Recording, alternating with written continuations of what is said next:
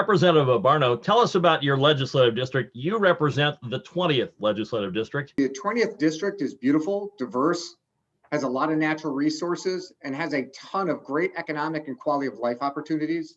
It encompasses South Thurston County, which would be Rochester and Tenino, virtually all of Lewis County, Cowlitz County east of I-5, and the northern tip of Clark County in the city of Woodland. Tell us about your legislative priorities. My legislative priorities include infrastructure. A lot of aging and rural communities need upgraded infrastructure to grow, not only to provide economic opportunities, but quality of life opportunities. The first bill I drafted improved infrastructure development and coordination and invested in sewer, water, transmission, and broadband. Education is another priority. My wife is a school teacher. I have two children who are school age in second and fourth grades. So successful communities all have a quality education. The disparity between property rich districts and property poor districts continues to grow, and that's something that I want to work on. A priority also is investing in education from birth to 5, K through 12, and both career ready and college bound students.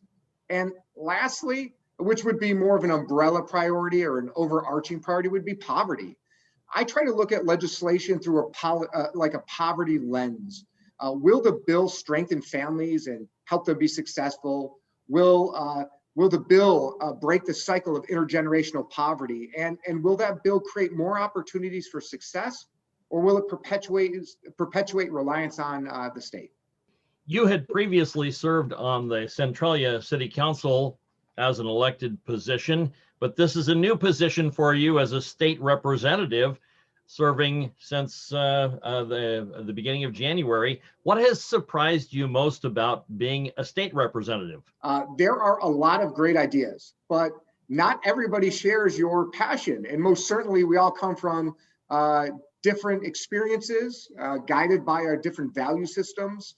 I like to joke that one of my love languages is sewers, and that's why I love infrastructure so much, because I come from that local government level. But when you have a good idea, or at least you think you have a good idea, it can quickly become a pawn in kind of the greater picture and get watered down by a lot of bureaucracy. Probably more easily said is that you get pulled, and your ideas get pulled in so many different directions. And that's more than I expected. So sticking to your position and your passion is really important when you come to the legislature. What is your take on this remote legislative session? The first vote I took was in opposition to the remote legislative session. And my experience thus far was that I was correct on that vote.